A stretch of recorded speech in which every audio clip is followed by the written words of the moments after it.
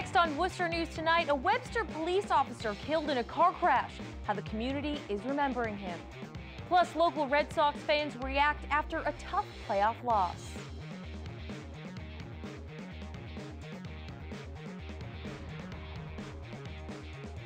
Good evening and thanks for joining us. I'm Anna Botari. Police responding to Union Station tonight after a person was seen standing on a ledge on top of the parking garage. Police surrounded the area, closing down Harding Street for more than 2 hours, which caused traffic backups throughout the area. Police negotiators spent several hours talking to the person. He was taken into police custody. The scene is now clear. An iconic building in Worcester is known for many things, but now police are releasing new information showing Union Station tops the list for drug overdoses in the city.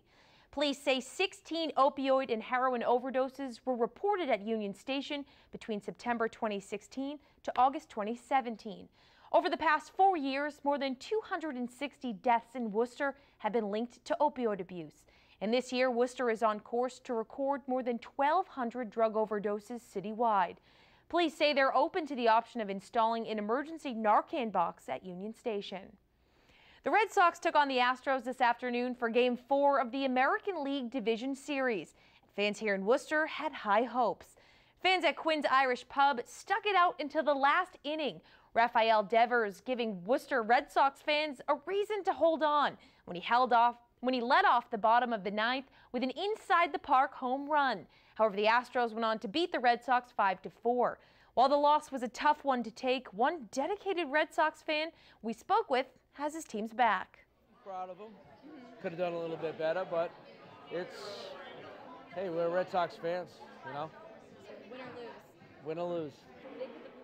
The loss to Houston ends the Red Sox season as the Astros advance to the American League Championship Series. The Webster community is mourning the death of a police officer killed over the weekend. Michael Lee was a veteran officer who was off duty when state police say he was killed in a car accident on I-395 early Saturday morning. Our Catherine Andrioli has more on what residents are doing to honor the fallen officer. It's a very bad time right now. Everybody's very sad, heartbroken. A moving tribute outside Webster Police Headquarters as the town mourns the death of Officer Michael Lee. State police say the 38-year-old was killed early Saturday morning after his car struck a tractor-trailer stopped in the breakdown lane of I-395 South in Auburn. Lee was a 10-year member of the police force. We were all in shock, saddened, heartbroken, just completely shocked. Just awful. Anna Agathos went to pay her respects today. She remembers Lee as a kind and generous person who frequently visited her restaurant. He's been a very good customer at Jimmy's with us. He's a great guy. We actually have a picture of him with my little nephew dressed in a police uniform, and he's just always been very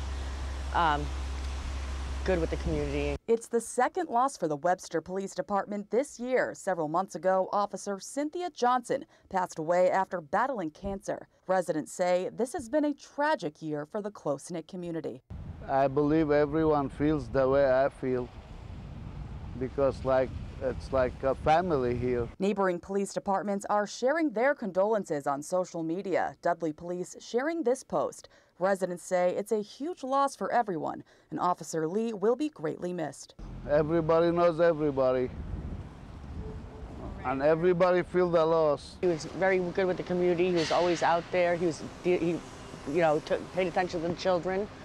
He took time to take pictures with them. They all loved him, and he was just a really good guy. And he loved his job, and you could tell he loved the people.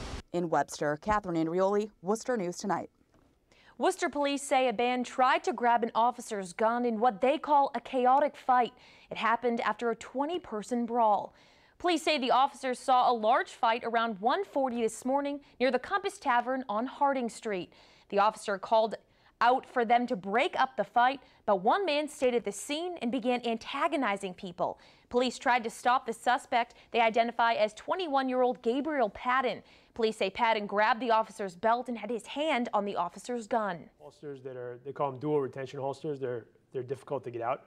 There's a little motion you have to use to get out, so you can't just pull straight up. But it's still always unnerving when someone is trying to take the gun because you think, why would they want to do that other than to use it? Patton is set to be arraigned in Worcester District Court Tuesday on several charges, including attempting to disarm an officer, assault and battery on an officer, and resisting arrest. A man charged with stealing guns from a Worcester armory, then escaping from prison, has reached a plea deal with prosecutors. James Morales' deal calls for a 15-year prison sentence. However, the judge is not bound by recommendations from prosecutors. Authorities say Morales stole 16 guns from the Worcester Armory in 2015. Last year, he escaped from a Rhode Island jail. He was recaptured days later after allegedly trying to rob 2 Boston area banks. Morales' change of plea hearing is set for next month. October is National Breast Cancer Awareness Month, and a Worcester fitness instructor wants to take advantage by spreading the message to check yourself because it saved her life. Our Brittany SCHAEFER spoke with MEGHAN PARADIS today. She has her story. A breast self-exam only takes a few minutes and should be done monthly. PARADIS performed one back in March and says it saved her life. It all happened so fast. Last spring, MEGHAN PARADIS felt a lump while giving herself a breast exam, and the simple procedure saved her life. Doctor told me to tell my daughter that I saved my own life, and if one other person can do that, that's a pretty powerful message. According to the National Breast Cancer Foundation, 1 in 8 women will be diagnosed with the disease. PARADIS says she is lucky the tumor was caught early because her story could have been much different. When they found with the tumor, it was high grade, it was invasive, it was ready to move. But we caught it early enough where, I was just very fortunate. PARADIS is a physical education teacher in Worcester and is also a spin instructor at Worcester Fitness. She says exercise has been therapeutic.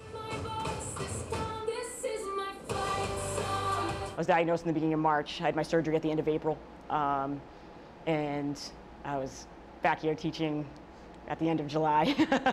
All you want to do is be able to find a piece of you again. And that's, so coming back here and coming back to spin, that was my piece. She was very strong, positive. When she came back, she was ready and willing to come back so quickly, and we were happy to have her back, and she's a great instructor still, and great employee and great friends. October is National Breast Cancer Awareness Month. PARADIS says it's the perfect time to share her message.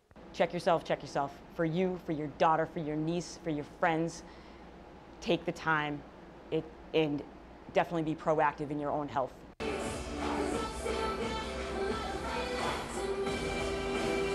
Now, PARADIS is officially cancer-free. She says she's going to have checkups and screenings often to ensure she stays healthy. Brittany SCHAEFER, Worcester News Tonight. The Southborough Fire Department showing off one of its oldest pieces of equipment Monday during the town's annual Heritage Day celebration. For the first time in 17 years, residents got a chance to see the town's hand tub engine, built in 1868. Southborough bought the engine for $150 in 1896 from the town of Franklin. It's still used today during bucket brigade and pumping contests. Today, the Historical Society and Fire Department gave residents a chance to try out the engine. This is a hand pumper, so in order to get it to the scene of a fire, it had to be pulled. Usually by the firefighters at the time. They would go to the station, they'd pull it to the fire. It can operate 2 different ways. You can have water in the tank, which is the tub, hence called the hand tub, or it can draft from the hose that's going into the larger body of water there. Southborough's Heritage Day celebration is an annual weekend-long event for the town, including vendors, photo booths, and the Light Up Southborough pumpkin wall. Local high school bands, organizations, and city officials marched down Shrewsbury Street Sunday in the 23rd annual Worcester Columbus Day Parade. The early morning rain didn't stop the parade from happening. It was led by Grand Marshal Mauro Di Pasquale. He's the president of the Mount Carmel Preservation Society. The parade was created to honor people's Italian ancestors, but has evolved into a multicultural celebration. The Worcester Columbus Day Parade was broadcasted live on Charter TV3 and replays again this Thursday at 10 a.m. and Friday at 7:30 a.m. Now to Plymouth, Massachusetts. Plymouth Plantation is recognizing Indigenous Peoples Day. Alicia Palumbo has the details. Well, it's kind of helpful for that. At the Living History Museum that is Plymouth Plantation, the public historians here are officially recognizing the second Monday in October, not as Columbus Day, but Indigenous Peoples Day. Native people have been here for thousands of years, even before Christopher Columbus came here. And so to recognize Native people today instead of somebody who really did so many things to Native people that were not so nice. It was Timothy Turner's idea for the change this year, and the Wampanoag Homesite Guest Experience Manager says it was meant to educate people about the entire history of America. Christopher Columbus did very little to discover anything. You know, he happened to come here by accident. Every time you come in, you learn something new. Not trying to take anything from us, are you? Part of the lesson here at Plymouth Plantation now includes immigration booths like these, intending to show guests how the Pilgrims would have been treated if they were subject to customs like today's immigrants. There's so much questions. A lot of questions and a start to a conversation about the full history of Native Americans, the Pilgrims, and Christopher Columbus. I just thought it would be nice to see it in real life. We do well to respect each other more and respect each other's values and try to work together. Now Plymouth Plantation is encouraging the state and the nation to adopt Indigenous Peoples Day too. In Plymouth, Alicia Palumbo, Worcester.